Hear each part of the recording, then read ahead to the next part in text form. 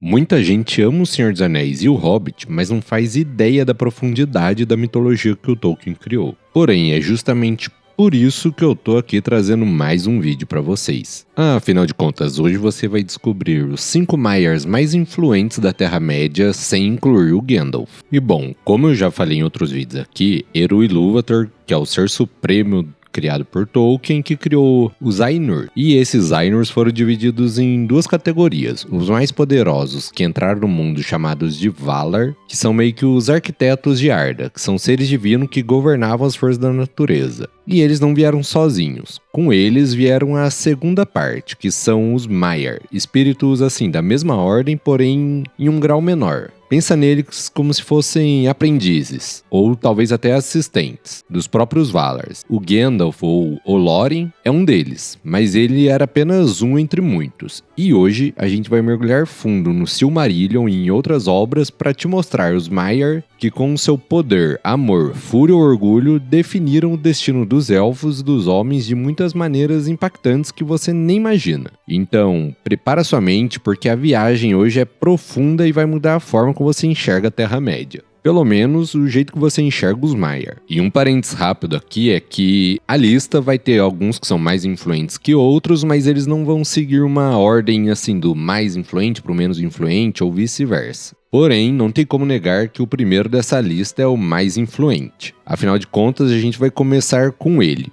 o Maia, cuja sombra se estende por todas as eras da Terra-média. Um ser que começou com um desejo nobre de ordem, mas cuja sua impaciência e perfeccionismo transformaram ele no maior inimigo dos povos livres. Senhoras e senhores, meu querido e minha querida, o mestre da enganação Sauron. Antes de ser o Senhor do Escuro, ele era Mairon, o Admirável, um Maia de Auli. Ele era conhecido por seu intelecto genial e sua habilidade de criar com perfeição. Foi exatamente esse desejo por ordem e controle que tornou ele vulnerável ao Melkor. Ele não viu em Melkor o caos, mas sim uma forma mais rápida e eficiente de realizar os seus próprios planos. E assim, o maior servo de Auli se tornou o tenente mais fiel de Morgoth. Na Primeira Era, ele era um mestre da feitiçaria, senhor dos lobisomens, e ele governava a fortaleza de Tol Ingalhot.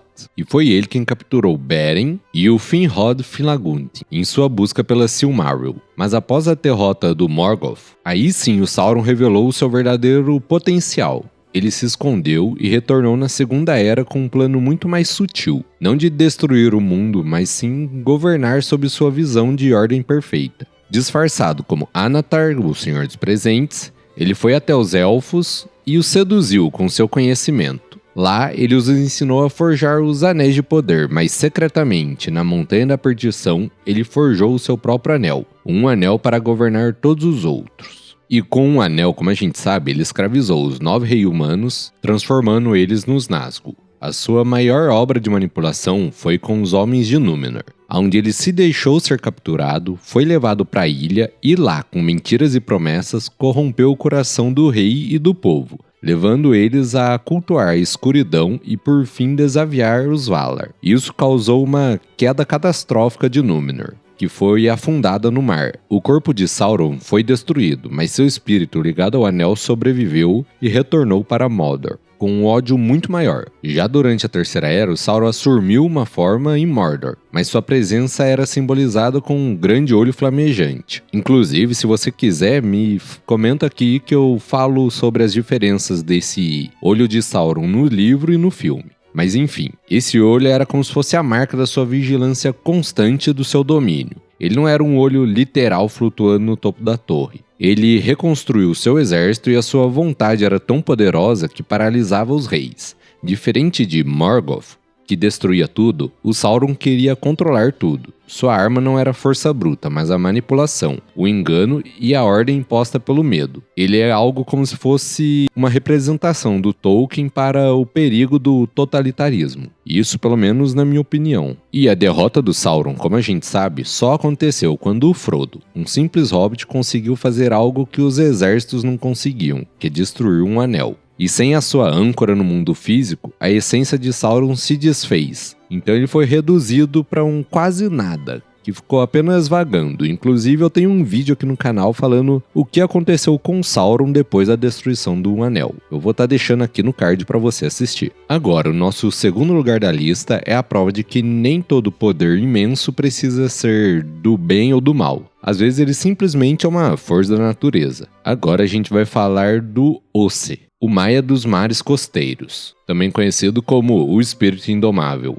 E ele é um espírito tão amado quanto temido, a personificação do oceano em sua forma mais crua e imprevisível. Osse é um servo de Ulmo, o Vala dos oceanos, mas enquanto Ulmo habitava as profundezas, Osse preferia as costas e as ilhas. Ele amava o barulho das ondas quebrando nas rochas e se alegrava com os ventos da tempestade. Seu espírito era livre, rebelde e, acima de tudo, inconstante, assim como o mar. Essa natureza selvagem e sua paixão pela violência das tempestades quase o levaram para o lado sombrio. Nos primórdios de Arda, o próprio Melkor tentou seduzir ele, prometendo a ele todo o poder e liberdade para ele poder criar o próprio caos. Por um tempo, Osse cedeu, causando tormentas terríveis e tumultos no mar. O que salvou ele da corrupção completa foi a sua esposa, Uinen, a Dama dos Mares, outra Maia das Águas, mas de natureza calma e apaziguadora. Foi ela quem convenceu a se arrepender e voltar a servir o Ulmo, mostrando que até os espíritos mais poderosos podem ser tentados, mas também ser redimidos pelo equilíbrio. Osse também teve um papel fundamental nas histórias dos elfos. Teleri era o clã dos elfos que mais se apaixonou pelo mar. Quando eles estavam a caminho de Valinor, a Terra Imortal, foi Osse quem os convenceu a ficar mais tempo no litoral da Terra-média, ensinando para eles a arte de construir navios e ouvir a música das ondas. Foi por causa de sua influência que muitos desses elfos nunca completaram sua jornada, fundando assim os reinos élficos costeiros. E para os que foram, Osse ainda teve um papel crucial. A pedido de Ulmo, Thorin fixou uma ilha chamada Tol Eressëa, a Ilha Solitária, perto da costa de Valinor, para que os Teleri pudessem viver perto do mar que tanto amavam, mas ainda assim avistar a luz das terras imortais. Esse ato reforça o seu papel como um grande agente de transição, uma ponte entre o mundo mortal e o mundo divino. Osse não era um estrategista como Sauron, nem um sábio como Gandalf. Ele é uma força elemental.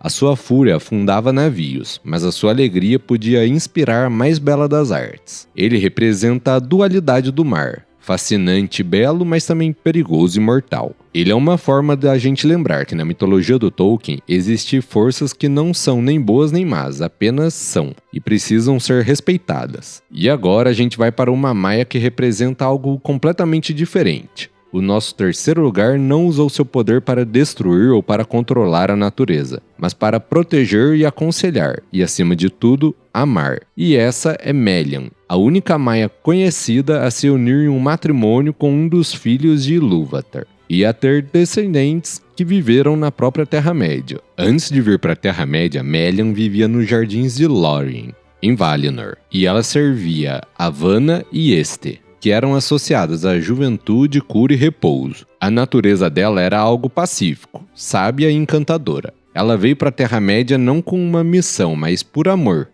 ao mundo, e aqui o seu destino mudou para sempre. Afinal de contas, aqui ela conheceu Elwë, o líder dos elfos Teleri. O encontro foi tão poderoso que os dois ficaram paralisados, envolvidos por uma luz mágica fora do tempo, por anos, apenas se olhando. Quando finalmente despertaram, Elwë, agora é conhecido como Elufingol. Então ele tomou Melian como sua esposa e juntos eles fundaram o reino de Doriath. O poder de Melian era defensivo, sutil, mas assim, muito forte. Para proteger o Sonovular, ela usou seu poder para criar algo chamado de Cintura de Melian, uma barreira mágica de sombras e encantamentos que envolviam todo o reino de Doriath. Não era um muro físico, mas uma barreira de ilusão. E a barreira tinha um poder que nenhum ser de coração impuro ou sem a sua permissão poderia atravessar, nem mesmo um Goliath. O monstro-aranha primordial conseguiu romper esses limites que ela criou. Dentro dessa barreira, Doriath floresceu como um santuário de paz e sabedoria. E assim, para quem sabe, essa aranha é algo absurdamente forte, a ponto de fazer o próprio Morgoth gritar de desespero.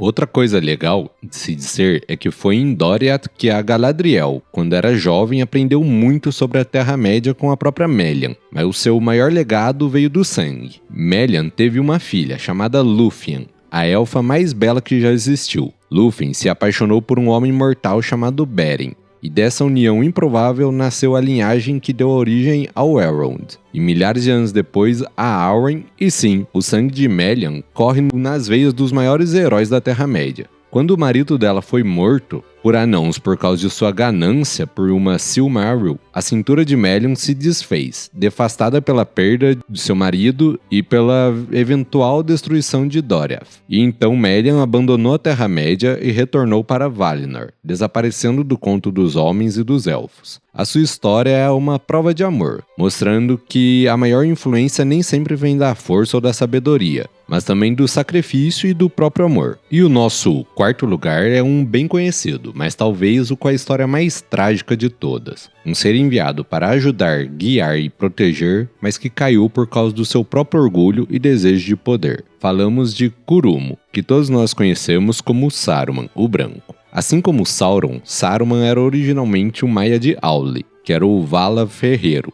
o mestre das artes da criação, e isso também deu a ele um profundo amor pelo conhecimento, pela ordem e pela técnica. Quando os Valar decidiram enviar os Instari, os magos, para a Terra-média, o Saruman veio como o mestre dessa ordem. No entanto, seu orgulho intelectual era sua maior fraqueza. Havia uma inveja latente pelo Gandalf, especialmente depois que Círdan, o construtor de navios, deu ao Gandalf o Anel de Fogo Narya.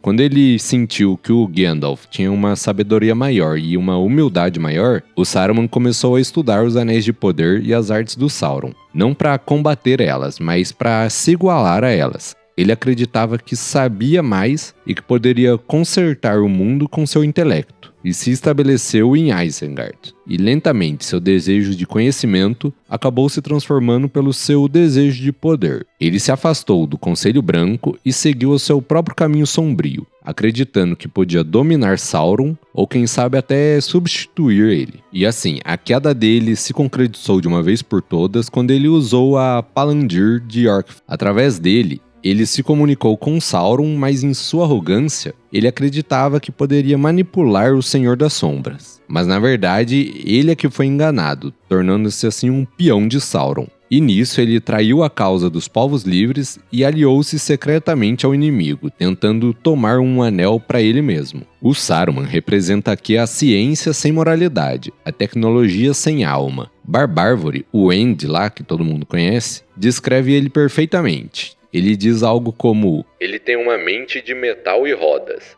e não se importa com as coisas que crescem. A transformação de Isengard, de um belo vale verde em uma fábrica de guerra cheia de forjas e poços, era a maior prova da sua corrupção. E no fim, a destruição de Isengard pelos Ents é a vitória de uma forma poética da natureza viva sobre a indústria fria e destrutiva. E depois da sua derrota, ele foi humilhado, seu cajado foi quebrado pelo Gandalf e o poder dele foi dissipado. Seu último ato foi revelar sua tirania em uma pequena escala lá no condado, apenas para ser derrotado pelos próprios hobbits. E a morte dele veio pelas mãos do seu próprio servo, o Grima. E esse é o fim melancólico de alguém que trocou a sabedoria pelo poder e perdeu os dois. Eu vejo o Saruman como um aviso do Tolkien sobre o perigo do orgulho intelectual e daquele pensamento de que os fins justificam os meios. E agora, para fechar a nossa lista, vamos falar de puro poder destrutivo, a personificação da fúria da Primeira Era. Enquanto o Sauron aprendia o ofício da manipulação como um tenente, o nosso quinto lugar já era uma mão flamejante de Morgoth,